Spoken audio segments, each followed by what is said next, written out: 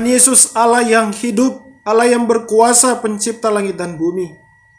Terima kasih Tuhan Yesus untuk setiap firman-Mu yang tercatat di dalam Alkitab. Alkitab adalah firman Allah yang tertulis dan otoritas tertinggi dalam hidup kami. Dan pimpin kami untuk mempelajarinya. Kami tahu Tuhan, tanpa pertolongan Roh Kudus, mustahil kami mengerti, mustahil kami menerimanya dan melakukannya dalam hidup kami. Tolonglah kami, sertai hamba-Mu di dalam penjabaran firman Tuhan, dan jemaat yang akan belajar bersama-sama. Dan bantulah kami untuk memuliakan Engkau melalui menghidupi firman-Mu. Di dalam nama Tuhan Yesus kami berdoa. Amin. Jemaat Tuhan Yesus, mari kita membaca dari Injil Lukas pasal 11 ayat 1 sampai yang ketiga. Dan saya akan membacakannya untuk kita semua. Injil Lukas pasal 1 ayat Injil Lukas pasal 11 ayat 1 sampai yang ke-13. Beginilah bunyi firman Tuhan.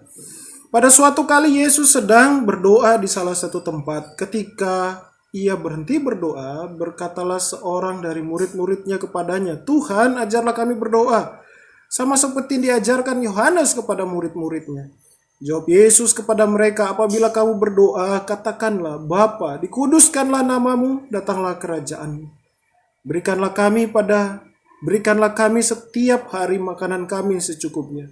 Dan ampunilah kami akan dosa kami, sebab kami pun mengampuni setiap orang yang bersalah kepada kami.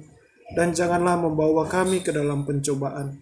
Lalu katanya kepada mereka, "Jika seorang di antara kamu pada tengah malam pergi ke rumah seorang sahabatnya, dan berkata kepadanya, 'Saudara, pinjamkanlah kepadaku 3 roti. Sebab seorang sahabatku yang sedang berada dalam perjalanan singgah ke rumahku dan aku tidak mempunyai apa-apa untuk dihidangkan kepadanya.'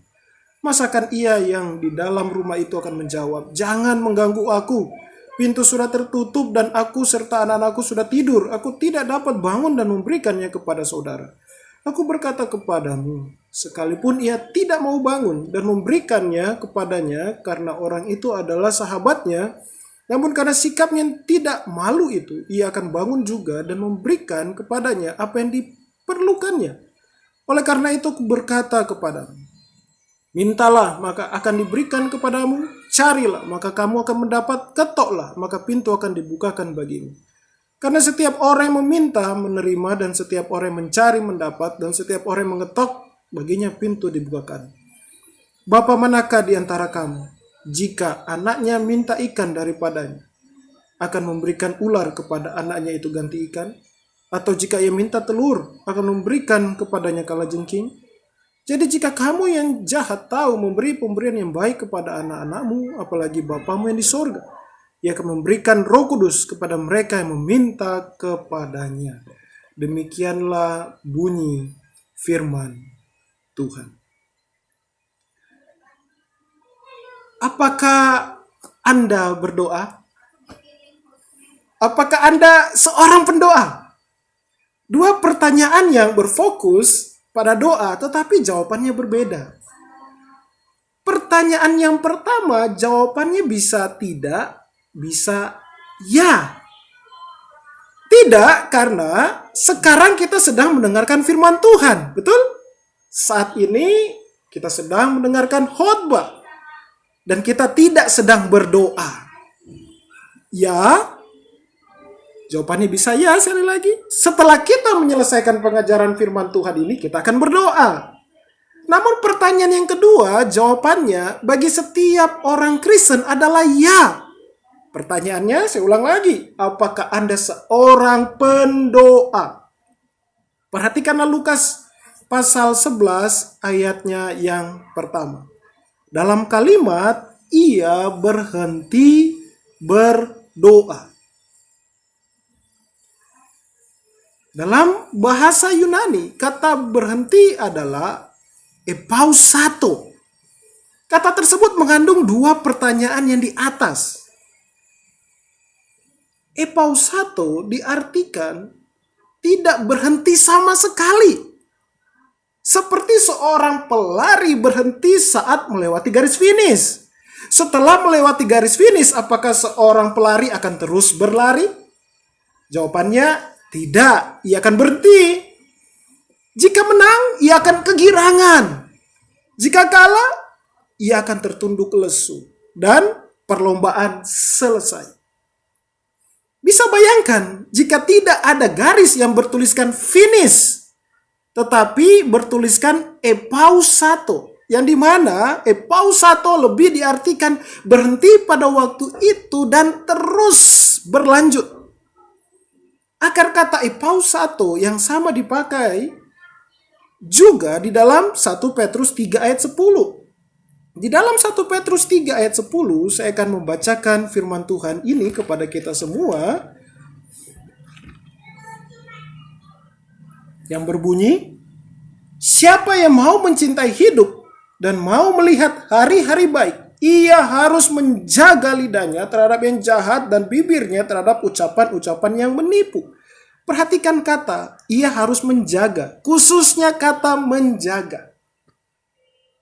Kata menjaga sama digunakan untuk kata berhenti di dalam Lukas 11 ayat 1. Maka dengan demikian, ada saatnya kita tidak berdoa. Karena kita harus beraktivitas seperti mendengarkan khotbah seperti sekarang ini.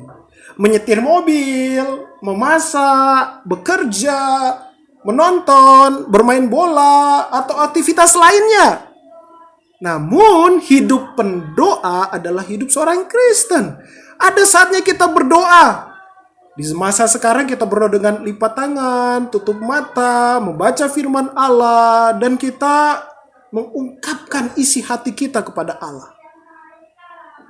Berhenti dari aktivitas kita dan berdoa. Tuhan Yesus di dalam Lukas pasal 11 ayat 1 tidak finish berdoa. Namun, epausato, ia terus-menerus berdoa. Mengapa? Karena dia akan berjalan berkeliling untuk menyampaikan kabar baik pertobatan yang dinyatakan oleh Allah di dalam dirinya. Karena Kristus Yesus adalah pendoa. Pertanyaannya, apakah Anda dan saya adalah pendoa? Seorang Kristen sejati pasti pendoa. Apakah dasarnya kehidupan pendoa? Perhatikan ayat yang kedua sampai ayat yang ke-13. Ada dua kebenaran yang dinyatakan Tuhan Yesus sebagai dasar hidup pendoa. Tanpa dasar ini, pengakuan kita bahwa kita pendoa hanya di bibir saja. Tanpa dasar ini, doa yang kita naikkan sifatnya dry atau kering. Pertama, hubungan. Kedua, permohonan. Apa itu hubungan? Menurut Kamus Besar Bahasa Indonesia, hubungan berarti memiliki arti keadaan berhubungan, kontak, sangkut paut, ikatan. Perhatikan di dalam Lukas pasal 11 ayat 2. Jawab Yesus kepada mereka, apabila kamu berdoa, katakanlah, Bapa, dikuduskanlah namamu, datanglah kerajaanmu. Perhatikan kata, Bapa, dikuduskanlah namamu, datanglah kerajaanmu. Apa yang kita lihat dari kalimat tersebut? Kita melihat hubungan. Bapa, siapakah sosok yang memanggil Bapa? Menurut penulis, doa yang diajarkan Yesus Kristus, yang memanggil sosok adalah Bapa, adalah murid Kristus. Memang Kristus pun memanggil Bapa kepada Allah Bapa. Apakah anak saya akan memanggil Om di luar sana adalah bapaknya atau ayahnya? Jelas tidak. Anak saya akan memanggil saya ayah karena itulah hubungan kami. Saya tahu anak saya dan ia tahu saya.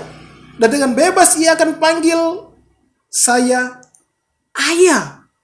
Panggilan paling ajaib bagi seorang laki-laki. Sebutan yang di dalamnya ada ikatan, ada sangkut paut. Saya ingat sewaktu anak saya yang pertama mulai bicara dan panggil saya papa. Papa. Mengapa ia panggil saya papa? Karena ia ada di dalam ikatan perkawinan saya dengan istri. Lihat betapa pentingnya hubungan. Betapa pentingnya ikatan. Tanpa hubungan, mustahil anak saya akan panggil saya papanya dengan bebas dan sukacita. Tanpa hubungan yang sangat dekat di tengah-tengah ikatan yang disebut keluarga. Alasan itulah yang membuat anak saya memanggil saya papa dengan bebas dan sukacita. Kembali ke Lukas pasal 11 ayat 2. Bapa, siapakah Bapa ini? Siapakah Bapa yang dimaksudkan oleh Yesus Kristus? Ia adalah Tuhan Allah yang hidup, pribadi Allah Bapa. Perhatikan jemaat Tuhan Yesus. Di dalam Lukas pasal 17 ayatnya yang ketiga. Saya akan membacakan bagi kita semua. Inilah hidup yang kekal itu, yaitu bahwa mereka mengenal Engkau satu-satunya Allah yang benar dan mengenal Yesus Kristus yang telah Engkau utus. Siapakah Bapa itu? Menurut pengakuan Kristus Yesus yang ditulis oleh Rasul Yohanes di dalam Injil Yohanes pasal 17 ayat 3. Bapa adalah satu-satunya Allah yang benar. Bayangkan, kita memiliki hubungan dengan satu-satunya Allah yang benar. Bukankah ini hubungan yang sangat istimewa? Namun sayangnya, mustahil Anda dan saya memiliki hubungan dengan Bapa jika sang anak tidak menjadi pengantara yang menghidupkan. Mengapa? Ada dosa yang menghalangi kita dapat berhubungan dengan Bapa. Dosa menjadikan kita mati. Orang mati tidak memiliki hubungan apapun. Orang mati itu harus dihidupkan untuk dapat berhubungan. Dosa yang mematikan kita dikalahkan oleh Yesus Kristus di kayu salib dan kebangkitannya pada hari yang ketiga. Barang siapa percaya kepada Tuhan Yesus, ia memiliki hidup kekal. Dan inilah yang diberikan oleh Yesus Kristus kepada Anda dan saya. Hidup ini tidak diperoleh dengan perbuatan baik, namun hanya oleh belas kasih Allah. Hubungan antara Bapa dan kita terjadi karena kasih karunia Allah kepada kita melalui iman percaya kepada Tuhan Yesus. Tuhan Yesus yang rela menjadi korban agar kita hidup kembali dan dikuduskan di hadapan Allah Bapa. Inilah mengapa dasar kehidupan pendoa adalah hubungan. Karena hidup kekal dianugerahkan oleh Kristus agar kita dapat berhubungan dengan sang hidup kekal. Oleh sebab itu, jika Anda dan saya mau tahu apakah kita memiliki hidup kekal, lihat kehidupan doa kita. Apakah Anda pendoa? Seorang pendoa akan selalu terpaut dengan Allah Bapa melalui firman-Nya. Seorang pendoa akan berada di tengah-tengah tubuh Kristus yang berdoa. Apakah Anda menseriusi undangan doa kepada Anda? Apakah saya menseriusi undangan doa kepada saya?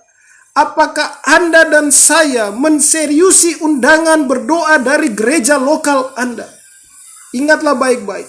Tanpa hubungan dengan Bapa, maka hakikatnya orang itu mati. Tubuhnya hidup saat ini, tetapi di saat bersamaan tidak punya hidup dari Allah. Tanpa hubungan yang ada hanyalah keterpisahan kekal dengan Allah selama-lamanya di dalam neraka. Itulah finish pribadi tanpa hubungan dengan Bapa. Oleh sebab itu, saudara-saudariku, ingatlah baik-baik. Dasar dari kehidupan pendoa adalah hubungan pribadi dengan Allah. Hubungan dengan Allah melebihi apapun yang ada di muka bumi ini. Anda dan saya bisa memiliki segalanya dari dunia ini. Tetapi apa gunanya jika tidak memiliki kehidupan kekal yang dari Kristus Yesus? Renungkan baik-baik itu, saudara-saudariku. Jika Anda adalah seorang Kristen, jika saya seorang Kristen, maka kita pendoa. Perlu garis bawahi, pengakuan Kristen yang tidak hanya di bibir dan KTP, tetapi dari hati yang dilahir barukan. Apakah Anda rindu dengan kampung halaman Anda? Apakah Anda rindu dengan rumah di mana Anda dibesarkan? Keluarga yang membesarkan. Seorang anak yang berada di tengah-tengah keluarga yang penuh kasih pasti akan selalu merindukan rumahnya saat ia jauh. Walaupun jauh, anak tersebut ingin menghadirkan suasana rumahnya di mana ia berada. Perhatikanlah, sebagai anak Bapa yang diangkat menjadi bagian keluarga anggota kerajaan Allah, kita selalu rindu akan kerajaan Allah. Selama di dunia ini, kita yang punya hubungan pribadi dengan Bapa rindu kerajaan Allah hadir dimanapun kita berada. Oleh sebab itu, jemaat Tuhan Yesus, perhatikanlah perkataan dikuduskanlah namamu, datanglah kerajaanmu. Sebagai seorang Kristen, sebagai seorang pendoa, setiap bangun pagi, seorang anak Bapa akan menantikan kerajaan Tuhan Yesus kedua kalinya. Kita hidup merindukan kehadiran kerajaan Allah. Berbicara mengenai kerajaan Allah berarti bicara mengenai pertobatan. Perhatikan Matius 3 ayatnya yang kedua. Di dalam Matius pasal 3 ayat yang kedua yang berbunyi, bertobatlah sebab kerajaan sorga sudah dekat. Sehingga setiap hari adalah hidup dalam pertobatan. Hidup menantikan kerajaan Allah adalah hidup di dalam pertobatan. Datangnya kerajaan Allah bukan peristiwa yang menakutkan, tetapi kesukacitaan. Mengapa? Karena hubungan adalah dasarnya. Kehidupan pendoa didasari hubungan yang saat ini dan sampai dalam kekekalan saat sangat dekat dengan Allah yang adalah Bapa yang kekal. Yang kedua, dasar kedua adalah permohonan. Lihatlah ayat 3 sampai ayat 13. Tuhan Yesus memberikan dasar kedua dari kehidupan pendoa, yaitu permohonan kepada pribadi yang memiliki hubungan yang dekat. Siapa? Allah. Di dalam permohonan ada penyerahan total. Memohon kepada Allah tidaklah salah, saudara-saudariku. Mintalah kepada Allah. Apa yang diminta? Perhatikan ayat 3. Perhatikan ayat yang ketiga, Lukas pasal 3 ayat yang ke-11. Berikanlah kami setiap hari makanan kami yang secukupnya. Perhatikan perkataan itu. Di dalam ayat yang ketiga. Berbicara mengenai kebutuhan kehidupan kita. Mengapa kebutuhan kehidupan kita? Karena Allah mau memakai kita untuk menghadirkan kerajaannya melalui kita. Dengan adanya kebutuhan yang terpenuhi hari lepas hari, maka kita dapat menjalankan panggilan kita menyatakan kerajaan Allah. Apakah kebutuhan sehari-hari itu? Ditulis di dalam Lukas pasal 11 ayat 3. Makanan, roti, dalam bahasa aslinya. Apakah hanya makanan? Apakah hanya roti? Tidak hanya makanan atau roti. Namun, intinya, apapun yang dibutuhkan kita sebagai anak-anak Allah, sebagai murid Kristus Yesus. Lalu apalagi yang kita mohonkan? Lihatlah di dalam ayat yang keempat. Pengampunan dosa. Mengapa pengampunan dosa? Karena dosa menjadikan hubungan kita rusak dengan Allah. Hubungan yang rusak dengan Allah membawa kerusakan hubungan dengan sesama. Jika kita memohon pengampunan kepada Allah, karena kita percaya hanya Dia sajalah yang mengampuni dosa kita. Dan jika Allah mengampuni kita, maka kita pun dengan kerelaan mengampuni sesama kita yang bersalah kepada kita. Kita tidak mungkin hidup sendiri. Kita membutuhkan sesama kita. Dan kepada sesama kita lah kita menyampaikan Injil Kerajaan Allah. Dosa menjadikan hidup ini tidak dalam damai sejahtera. Walaupun kita dijamin oleh firman Allah bahwa mustahil kita dibuang oleh Bapa saat kita datang percaya kepada Kristus Yesus. Namun dosa menjadikan hidup kita tidak memandang wajah Allah. Yang saya maksudkan bukan secara harafiah memandang wajah Allah seperti saya memandang Anda saat ini dan Anda memandang saya sebagai anak-anak Allah. Kita rindu melihat wajah Bapa kita. Tapi sekali lagi bukan secara harafiah. Sama seperti kita ingin melihat wajah orang yang kita kasihi. Kita seperti ingin melihat wajah sesama kita. Seperti kita ingin melihat wajah pasangan kita. Siapakah yang mau berbicara dengan sesamanya, tetapi sesamanya memperlihatkan belakangnya kepada Anda dan saya. Apakah Anda mau berbicara dengan belakang seseorang yang Anda ingin ajak berbicara? Pasti tidak mau. Apakah Anda mau berbicara dengan pasangan Anda dengan melihat kepala di belakangnya? Pasti tidak mau. Apakah yang dapat kita lakukan untuk dapat memulihkan hubungan dengan kekasih kita, dengan sesama kita? Minta pengampunan. Nah, demikian juga dengan Allah. Kita memang anak-anaknya. Tetapi saat kita jatuh dalam dosa, hanya satu cara untuk dapat memandang wajahnya kembali, yaitu minta pengampunan dan mengampuni yang bersalah kepada kita. Perhatikan ayat yang ke-5 sampai ayat yang ke-8. Apakah yang ada di ayat tersebut? Hubungan pertemanan yang sangat dekat. Sehingga seorang teman dengan tidak tahu malunya meminta bantuan kepada temannya. Ya, dasar dari pendoa adalah hubungan dan permohonan. Di dalamnya ada pengenalan akan Allah. Lihat kembali ayat 5 sampai yang ke-8. Sebagai teman, sebagai sahabat, mereka saling kenal. Pertanyaannya, kenalkah kita akan Allah kita? Jika kita tidak kenal Allah kita, maka kita tidak akan memiliki dasar doa yang benar. Karena kita mengenal Allah kita, kita tahu bahwa kita dapat membuka seluruh hati kita kepadanya tanpa malu. Karena kita mengenal Allah kita, di dalam permohonan kita, kita tidak mempermainkan Allah kita.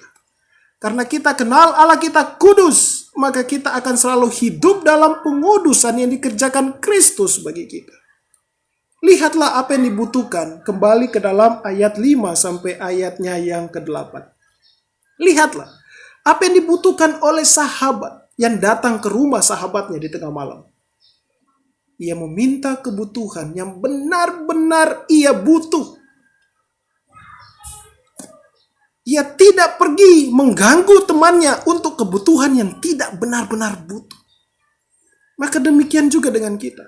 Datanglah kepada Allah dengan kebutuhan yang benar-benar kita butuh. Dan jangan dengan permohonan yang diada-adakan untuk memuaskan daging kita. Oleh sebab itu, datanglah dalam kesederhanaan. Datanglah dalam keaslian kita yang sudah dibaharui oleh Allah. Datanglah dengan kebutuhan yang sungguh dibutuhkan hidup kita. Di masa pandemi ini, kita dapat melihat apa yang benar-benar butuh bagi hidup kita. Dan apa yang sebenarnya hanya aksesoris kehidupan kita. Lihatlah di dalam ayatnya yang ke-6.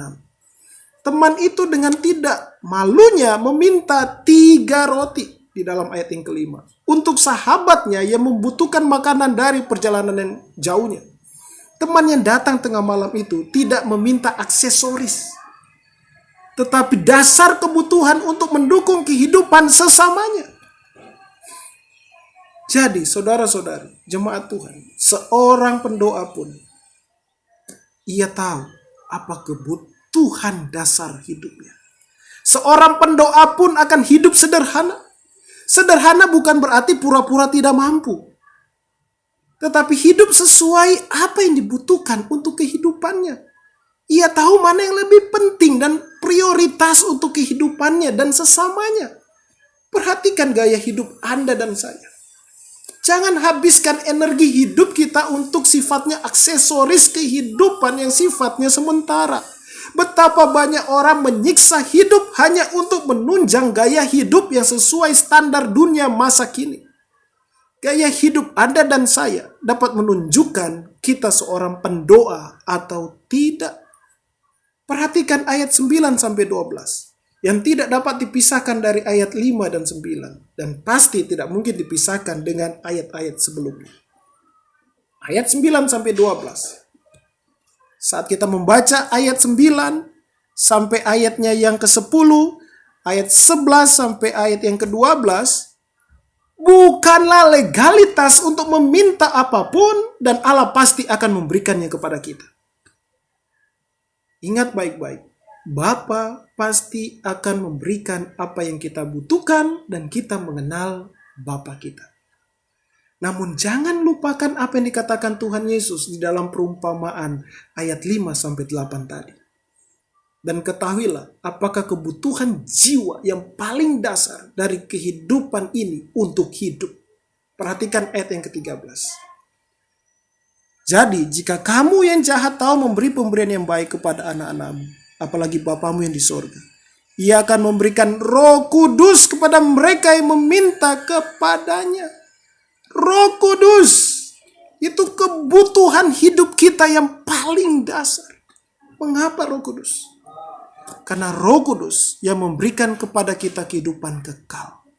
Perhatikan di dalam Injil Yohanes, pasalnya yang ke-6, ayat yang ke-57. Sama seperti Bapa yang hidup mengutus aku dan aku hidup oleh Bapa, demikian juga barang siapa yang memakan aku akan hidup oleh aku. Lihatlah baik-baik kalimat, akan hidup oleh aku. Bukankah kehidupan di dalam Yesus Kristus adalah kebutuhan segala-galanya hidup kita? Bukankah memiliki Kristus di dalam hidup ini melebihi apapun? Karena dengan Kristus hidup dalam kita, kita memiliki hidup yang kekal. Untuk apa memiliki apapun di dunia ini tetapi tidak memiliki hidup dari Tuhan Yesus dan hidup di dalam Kristus? Roh Kudus. Saat Roh Kudus ada di hidup kita, yang adalah Roh Yesus Kristus yang tinggal di dalam kita, maka segalanya terpenuhi. Oleh sebab itu kita puas di dalam Yesus. Ya, ada saatnya di mana kebutuhan yang kita doakan tidak terjawab sesuai waktu kita. Kita berdoa siang malam, tetapi tidak terjawab saat ini. Ada peristiwa dan saat itu. Namun, menyadari Roh Kudus di hidup kita menjadikan kita puas dan mengucap syukur. Dan ingatlah ini, kehadiran Roh Kudus di hidup kita yang dimana kita dilahir barukan olehnya adalah kehadiran kerajaan Allah di hidup pribadi kita. Saat Roh Kudus hadir di dalam hidup ini, maka Sang Raja pemilik kerajaan Allah hadir di dalam hidup setiap kita yang percaya melalui pribadi Allah Roh Kudus. Kerajaan Allah sudah hadir di hidup setiap kita yang percaya kepada Tuhan Yesus. Dan kerajaan Allah inilah yang mendasari kehidupan pendoa. Kehidupan pendoa adalah kehidupan seorang hamba Allah. Setiap yang mengaku percaya kepada Kristus Yesus, kita semua adalah hamba Allah. Karena bukan kita lagi yang menjadi raja kehidupan kita, tetapi Yesus Kristus yang menjadi raja di dalam kehidupan kita. Oleh sebab itu, apakah doa yang kita naikkan terjawab? Terjawab ya atau tidak saat ini atau sesuai waktu kita. Sebagai hamba kita hanya dapat katakan, terjadilah kehendak-Mu. Berdoa dalam kesadaran iman bahwa kita telah memiliki segalanya yang dunia tidak miliki, yaitu hidup kekal. Dunia ini suatu saat akan binasa. Hadirnya Roh Kudus selalu mengarahkan hidup yang dilahir barukan. Anda dan saya hidup dalam pengudusan. Betapa bermakna dan berkualitasnya hidup didiami Roh Kudus. Orang bisa penuh dengan kekayaan, tetapi tanpa Roh Kudus, betapa kosongnya hidupnya. Alkitab adalah otoritas tertinggi. Dan itulah kunci hidup yang berkualitas. Banyak orang dunia berpikir hidup berkualitas dengan banyak uang, banyak deposito, kepuasan daging terpuaskan, dan dia berpikir itulah kualitas hidup. Tetapi sebenarnya itu bukan kualitas hidup, itu kehancuran hidup yang tidak ia lihat. Tetapi saat kita dilahirbarukan, Alkitab adalah otoritas tertinggi, maka itulah kunci hidup yang berkualitas.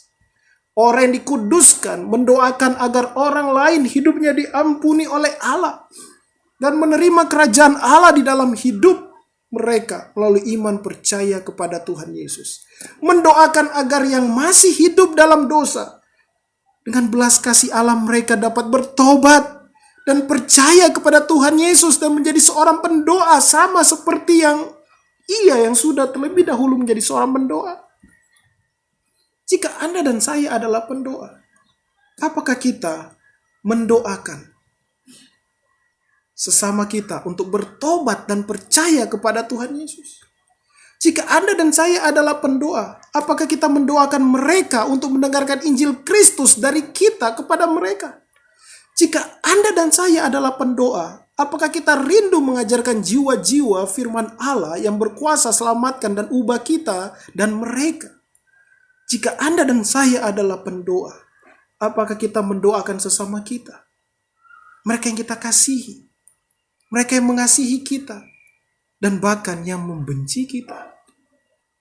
Jika Anda dan saya adalah pendoa, apakah kita mendoakan kebutuhan mereka dan bertindak dengan kasih sesuai firman Allah kepada mereka? Jawabannya ada di hati Anda dan saya.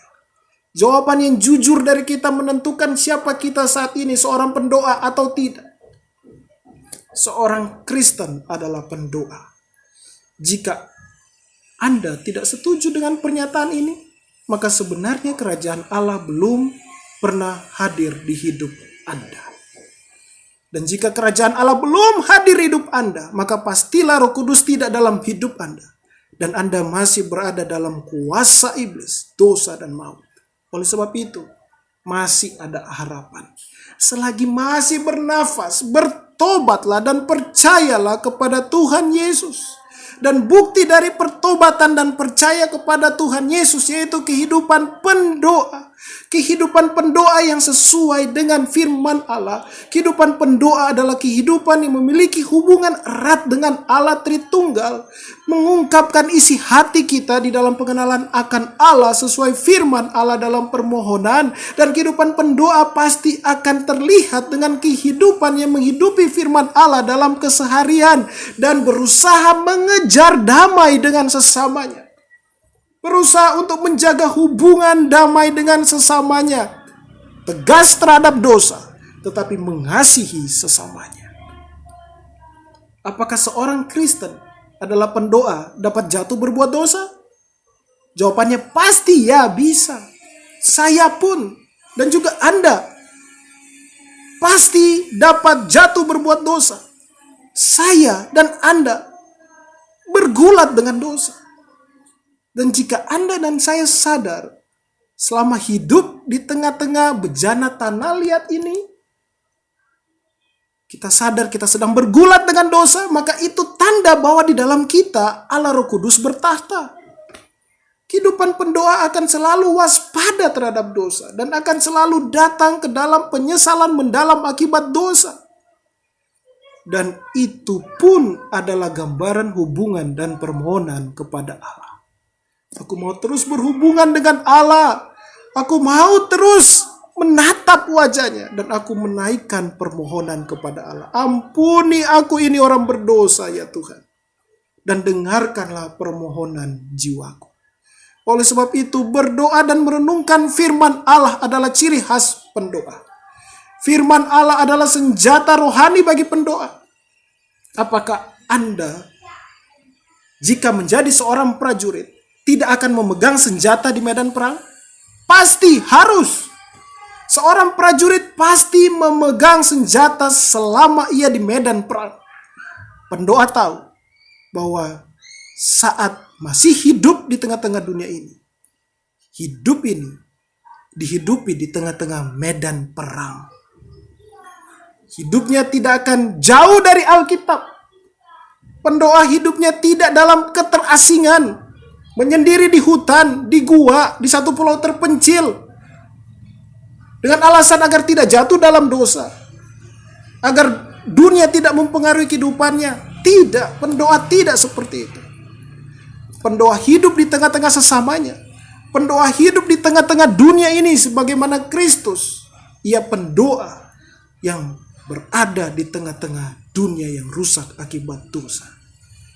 Kehidupan pendoa adalah kehidupan keseharian kita umat tebusan Kristus sampai bertemu dengan Tuhan dan Juru Selamat kita Yesus Kristus, Sang pendoa syafaat bagi kita di sorga yang kekal. Jadi ingatlah baik-baik, seorang Kristen pasti berdoa dan pendoa. Terpujilah Tuhan Yesus Kristus. Amin. Mari kita berdoa. Tuhan Yesus, Allah yang hidup. Terima kasih Tuhan, karena Engkau Allah yang mengasihi kami, Allah yang menebus kami, Allah yang selalu berhubungan dengan kami. Terima kasih banyak Tuhan Yesus, karena kami dapat memanggil Engkau Bapa kami. Kami dapat memanggil Allah yang hidup, kekasih hati kami, Bapa yang hidup. Terima kasih banyak Tuhan, kami memiliki pribadi yang sangat indah, dengan penguasa, dengan pencipta langit dan bumi ini. Betapa damainya hidup di dalam kehidupan doa. Terima kasih banyak Tuhan Yesus. Di dalam nama Yesus Kristus kami berdoa. Amin.